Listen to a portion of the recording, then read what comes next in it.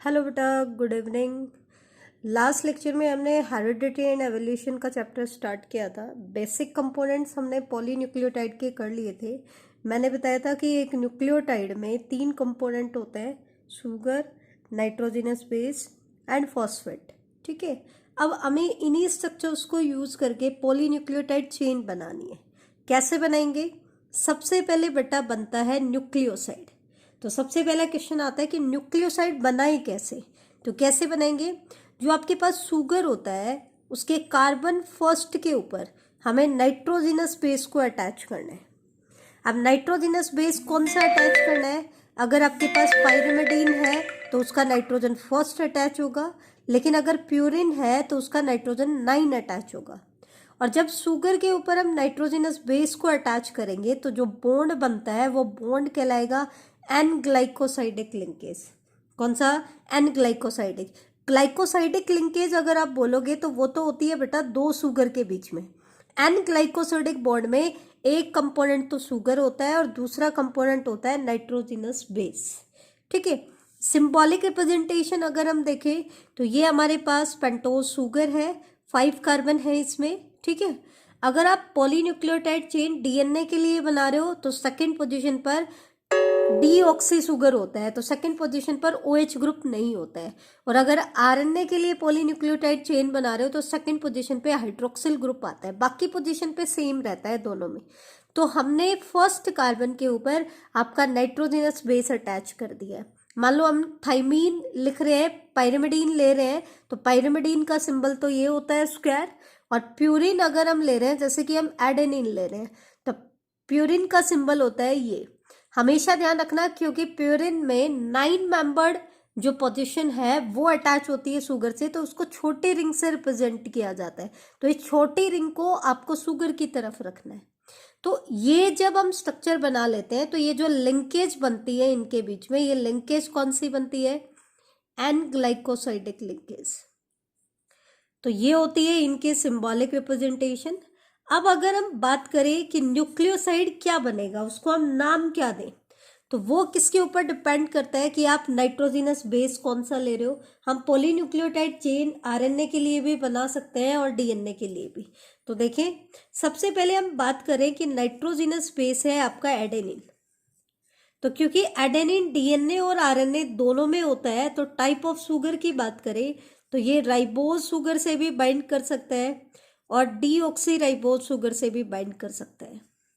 तो अगर adenine ribose sugar से बाइंड करता है तो जो न्यूक्लियोसाइड बनेगा उसको हम बोलेंगे अडीनोसाइन।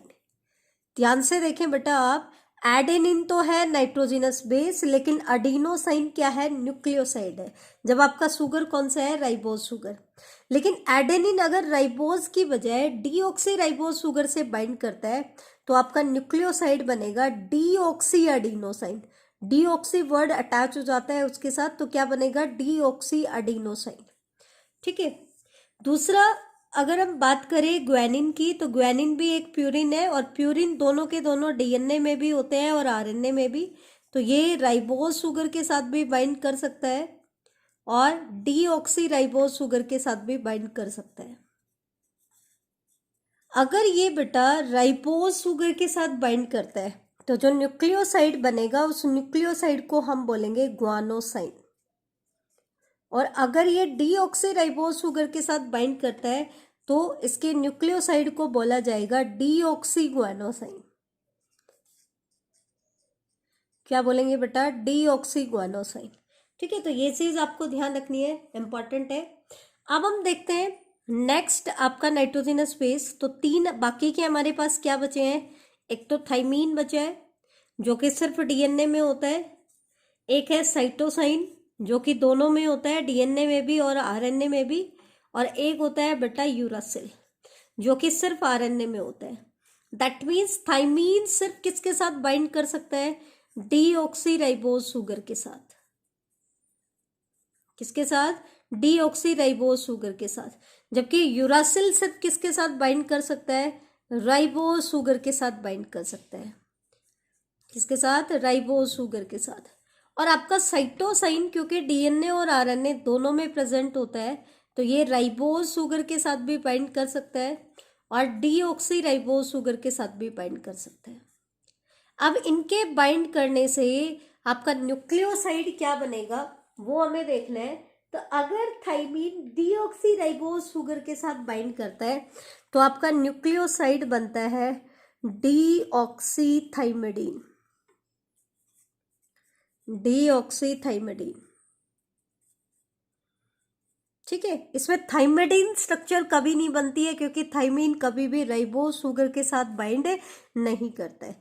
सिमिलरली साइटोसाइन जो है अगर वो राइबोज शुगर के साथ बाइंड करे, बेटा ध्यान से देखना, सबसे बड़ा कंफ्यूजन होता है अडीनोसाइन, ग्वानोसाइन और साइटोसाइन में। दिखने में तो ये लगता है कि ये एक न्यूक्लियोसाइड होगा, लेकिन ये न्यूक्लियोसाइड नहीं है, ये नाइट्रोजनस बेस है। इसका न्यूक्लियोसाइड क्या बनेगा, अगर ये राइबोज शुगर के साथ बाइंड करता है तो न्यूक्लियोसाइड बनेगा साइटिडीन, और अगर डीऑक्सी राइबोज शुगर के साथ बाइंड करता है तो इसका न्यूक्लियोसाइड बनेगा डीऑक्सीसाइटिडीन, ठीक है। तो ये चीज आपको ध्यान रखनी है। यूरासिल क्योंकि सिर्फ राइबोज शुगर के साथ बाइंड कर सकता है तो इसका न्यूक्लियोसाइड बनेगा बेटा यूरिडीन। क्या बनेगा, यूरिडीन, ठीक है। तो ये चीज आपको ध्यान रखनी है। ये है हमारे नाइट्रोजनस बेस। तो न्यूक्लियोसाइड हमारा बनकर के तैयार हो गया। अब नेक्स्ट स्टेप क्या होता है, न्यूक्लियोटाइड बनाना। अब हम देखेंगे कि न्यूक्लियोटाइड कैसे बनाएंगे। तो हमारे पास न्यूक्लियोसाइड बन चुके हैं, तो न्यूक्लियोटाइड कैसे बनाया जाए, उस न्यूक्लियोसाइड पे हमें फॉस्फेट ग्रुप अटैच करना है। कैसे, कहाँ अटैच करेंगे, क्योंकि न्यूक्लियोसाइड में तो एक शुगर भी है और एक नाइट्रोजनस बेस भी है। तो जो फॉस्फेट ग्रुप अटैच होता है वो शुगर के कार्बन 5 पे अटैच होता है, लेकिन अकेले शुगर पे बाइंड नहीं कर सकता है। वो न्यूक्लियोसाइड जब वो बना लेता है तो उसके बाद उसके कार्बन 5 पे क्या अटैच होता है, शुगर। और शुगर और फॉस्फेट के बीच में जो बॉन्ड बनता है वो कौन सा बॉन्ड होता है, फॉस्फोएस्टर बॉन्ड होता है। कौन सा होता है, फॉस्फोएस्टर। सिंबॉलिक रिप्रेजेंटेशन की बात करें तो ध्यान से देखें, ये हमारा डायग्राम बन जाता है न्यूक्लियोसाइड का। जैसे हम बात कर ले, थाइमीन है, फर्स्ट पोजीशन पे थाइमीन अटैच हो गया है, 5th पोजीशन पे CH2OH ग्रुप है। तो हमें इस 5th कार्बन पे क्या अटैच करना है, फॉस्फेट। तो ये हमारा ऑर्थोफॉस्फेट है। फॉस्फोरस के साथ एक ऑक्सी ग्रुप अटैच है और 3 हाइड्रोक्सिल ग्रुप अटैच है। तो इसका एक हाइड्रोक्सिल कार्बन 5th के हाइड्रोक्सिल के साथ रिएक्ट करता है। तो हमारे पास 2 हाइड्रोजन है, 2 ऑक्सीजन है, लेकिन रिमूव सिर्फ क्या होता है, वाटर। दैट मीन पीछे क्या बच जाएगा, एक ऑक्सीजन बच जाएगी। तो बॉन्ड क्या हो जाएगा, फॉस्फोरस ऑक्सीजन कार्बन, ठीक है। तो देखो ROR, लेकिन यहाँ पे R नहीं है, यहाँ पे एक मेंबर है फॉस्फोरस। तो ये एस्टर लिंकेज थी, लेकिन इसमें एक मेंबर फॉस्फोरस आ गया, तो इसको क्या बोलेंगे, फॉस्फो एस्टर लिंकेज। तो ये आपका बन गया है न्यूक्लियोटाइड।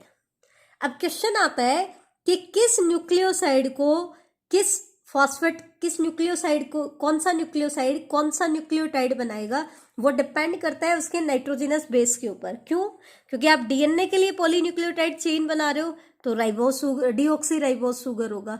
आरएनए के लिए बना रहे हो तो राइबोज शुगर होगा। तो सारे शुगर या तो राइबोज शुगर होंगे या कैसे होंगे, डीऑक्सी राइबोज शुगर होंगे, ठीक है। एक ही होंगे, दोनों नहीं होंगे। और फॉस्फेट जो होता है वो तो सेम होता है डीएनए और आरएनए में। दैट मीन्स जो डिफरेंस आ रहा है वो सिर्फ किसका आ रहा है, नाइट्रोजनस बेस का। तो जैसे हमने न्यूक्लियोसाइड के नाम दिए थे उसी तरीके से हम किसके नाम देंगे, अब न्यूक्लियोटाइड्स को नाम देंगे कि कौन कौन से न्यूक्लियोटाइड आपके पास बनेंगे। तो वो हमें देखना है। तो देखो अगर नाइट्रोजनस बेस एडेनिन है तो हमने उसका न्यूक्लियोसाइड क्या बनाया था, अडीनोसाइन या डीऑक्सी अडीनोसाइन। अब हमें क्या करना है, उसके साथ एक एक फॉस्फेट ग्रुप और अटैच कर देना है, दैट मीन्स मोनोफॉस्फेट। तो अगर राइबोज शुगर है तो न्यूक्लियोसाइड बना था अडीनोसाइन, लेकिन हमने उसके साथ एक फॉस्फेट ग्रुप और ऐड कर दिया तो न्यूक्लियोटाइड क्या बन गया, अडीनोसाइन मोनोफॉस्फेट। इसको हम शॉर्ट में रिप्रेजेंट करेंगे AMP से, अडीनोसाइन मोनोफॉस्फेट। इसी तरीके से अगर ये डीऑक्सी राइबोज शुगर के साथ बाइंड करता तो न्यूक्लियोसाइड क्या बनता, डीऑक्सी अडीनोसाइन।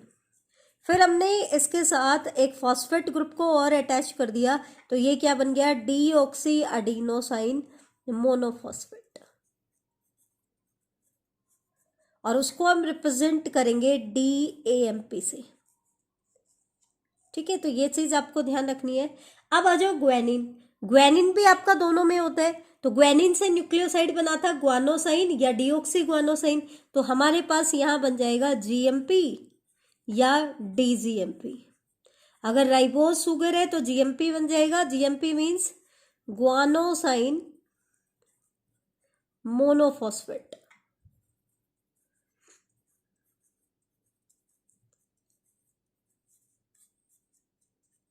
और DGMP बन जाएगा deoxy guanosine monophosphate. Deoxy guanosine monophosphate.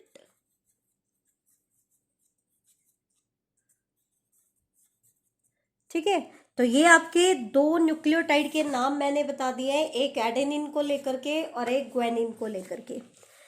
अगर थाइमीन नाइट्रोजनस बेस है, क्योंकि वो सिर्फ डीऑक्सीराइबोज शुगर के साथ बाइंड कर सकता है, दैट में डीऑक्सीथाइमिडीन आपका बना था, और उसके साथ अगर हम न्यूक्लियोटाइड बनाए तो एक फॉस्फेट और ऐड कर देंगे, तो हमारे पास क्या बन जाएगा? DTMP। DTMP means deoxy thymidine monophosphate. Deoxythymidine monophosphate. ठीक है, तो ये चीज आपको ध्यान रखनी है। साइटोसाइन फिर से दोनों शुगर के साथ बाइंड कर सकता है, राइबोज के साथ बाइंड करेगा तो बनाएगा CMP, और डीऑक्सी राइबोज शुगर के साथ बाइंड करेगा तो बनाएगा DCMP। फुल फॉर्म की अगर हम बात करें तो साइटिडीन मोनोफॉस्फेट,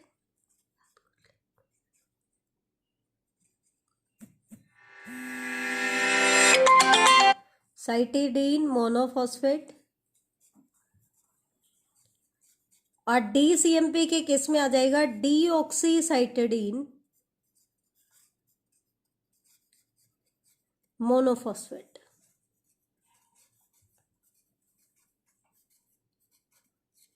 तो ये चीज आपको ध्यान रखनी है। यूरासिल की अगर हम बात करें तो वो क्योंकि सिर्फ एक ही शुगर के साथ बाइंड करता है, दैट इज राइबोज शुगर, तो ये क्या बनाएगा बेटा? UMP। UMP means uridine monophosphate. तो ये है आपके कुछ न्यूक्लियोटाइड्स के नाम जो बन सकते हैं। मे बी आप DNA की चेन बना रहे हो या RNA की चेन बना रहे हो। अब क्वेश्चन आता है कि हम न्यूक्लियोटाइड हमने बना लिया है, तो अब नेक्स्ट स्टेप क्या होता है कि पहले हम डाई न्यूक्लियोटाइड बनाएं और उसके बाद हम पॉली न्यूक्लियोटाइड चेन बनाएं। तो डाई न्यूक्लियोटाइड कैसे बनेगा बेटा? जब हम दो न्यूक्लियोटाइड्स को आपस में अटैच करेंगे। अब दो न्यूक्लियोटाइड को कैसे अटैच करेंगे?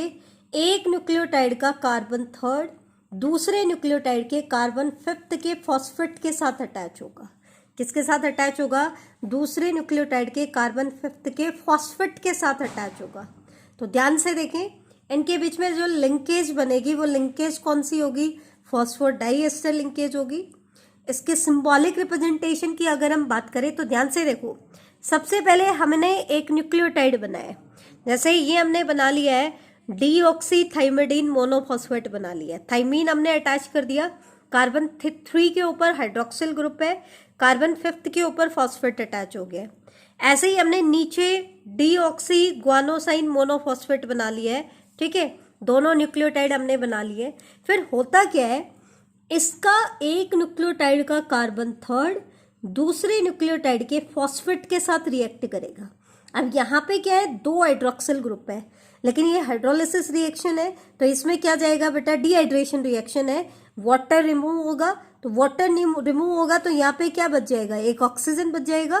तो थर्ड पोजीशन पे जो कार्बन है वो फॉस्फेट के थ्रू फॉस्फेट के साथ अटैच होगा, किससे? एस्टर बॉन्ड से। और एक एस्टर बॉन्ड ऑलरेडी था न्यूक्लियोटाइड में जो इसको शुगर को फॉस्फेट से अटैच कराने में बना था, तो ये दोनों मिलाकर के क्या बन जाता है? फॉस्फोडाइएस्टर। वैसे देखा जाए तो एक न्यूक्लियोटाइड को दूसरे न्यूक्लियोटाइड से अटैच करते हैं तो नया बॉन्ड तो सिर्फ एस्टर बॉन्ड बनता है। क्या बनता है? Ester bond. तो इस तरीके से हमारा डाई न्यूक्लियोटाइड बनकर के तैयार हो जाता है। ठीक है, अब हम बात करते हैं कि पॉलीन्यूक्लियोटाइड चेन कैसे बनेगी, वो हम देख लेते हैं। तो पॉलीन्यूक्लियोटाइड चेन की हम बात कर लेते हैं कि पॉलीन्यूक्लियोटाइड चेन हम कैसे बनाएंगे। तो जैसे हमने डाई न्यूक्लियोटाइड बनाने के लिए एक और न्यूक्लियोटाइड ऐड किया, एक न्यूक्लियोटाइड का कार्बन थर्ड दूसरे के कार्बन फिफ्थ के फॉस्फेट से अटैच हुआ, ऐसे ही हम सेकंड जो न्यूक्लियोटाइड हमने अटैच किया है उसके साथ अगला न्यूक्लियोटाइड अटैच करेंगे। That means more nucleotides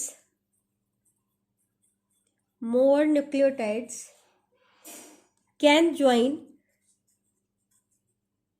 the dinucleotide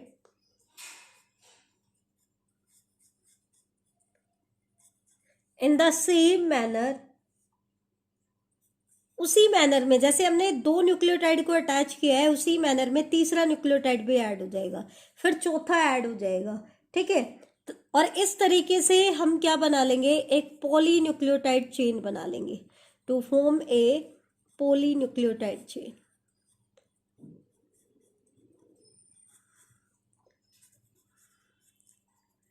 अब जब भी बेटा हम पॉलीन्यूक्लियोटाइड चेन की बात करते हैं हमेशा हम कहते हैं कि इनकी एक पोलैरिटी होती है।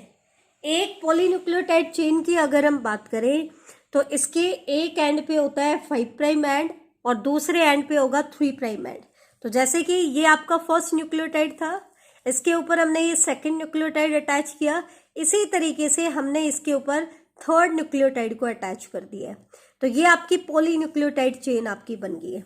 अब हमें इस चेन में एक एंड की तरफ 5 प्राइम एंड देना है और दूसरे एंड की तरफ बेटा 3 प्राइम एंड देना है। अब इसका कौन सा एंड 5 प्राइम एंड होगा और कौन सा 3 प्राइम एंड होगा, वो किसके ऊपर डिपेंड करता है, कार्बन फिफ्थ के फॉस्फेट और कार्बन थर्ड के ऊपर। अब इन दोनों पोजीशंस में से आप फर्स्ट न्यूक्लियोटाइड को ऑब्जर्व करो और लास्ट न्यूक्लियोटाइड को ऑब्जर्व करो। इन दोनों पोजीशंस में से जो पोजीशन फॉस्फोर डाइएस्टर बॉन्ड बनाने में इन्वॉल्व नहीं है, मतलब फ्री है वो, ठीक है, फॉस्फोर डाइएस्टर बॉन्ड नहीं बना रही है, तो वो पोजीशन उसकी पोलैरिटी को मेंशन करेगी। जैसे कि हमने फर्स्ट न्यूक्लियोटाइड को देखा तो इसका carbon third phosphor diester bond में इन्वॉल्व है, लेकिन इसका कार्बन फिफ्थ का फॉस्फेट डाइएस्टर बॉन्ड में इन्वॉल्व नहीं है। हालांकि एस्टर बॉन्ड तो बना रहे हैं लेकिन डाइएस्टर बॉन्ड नहीं बना रहे। तो इसका मतलब इस न्यूक्लियोटाइड की इस एंड की तरफ पोलैरिटी क्या हो जाएगी, 5 प्राइम, क्योंकि इसका कार्बन फिफ्थ का फॉस्फेट क्या है, फ्री है। दूसरे एंड की तरफ अगर हम चले तो इसमें हम क्या देखेंगे, लास्ट न्यूक्लियोटाइड को देखो, इसका कार्बन फिफ्थ का फॉस्फेट फॉस्फोर डाइएस्टर बॉन्ड बना रहे हैं और कार्बन थर्ड जो है ये फ्री है। तो इसका मतलब इस न्यूक्लियोटाइड की तरफ कौन सा एंड होगा, 3 प्राइम एंड। तो इस पॉलीन्यूक्लियोटाइड चेन की क्या पोलैरिटी हो जाएगी बेटा, 5 प्राइम टू 3 प्राइम। तो इस तरीके से हम क्या देते हैं बेटा, इसको पोलैरिटी मेंशन करते हैं। तो ये है पॉलीन्यूक्लियोटाइड चेन बनाने तक का हमारा सफर। नेक्स्ट क्लास में हम लोग डिस्कस करेंगे डबल स्ट्रैंडेड डीएनए की स्ट्रक्चर, जो double helical model of DNA है, और उसके बाद हम मेंडेलियन जेनेटिक्स से स्टार्ट करेंगे। ठीक है बेटा, तो थैंक यू।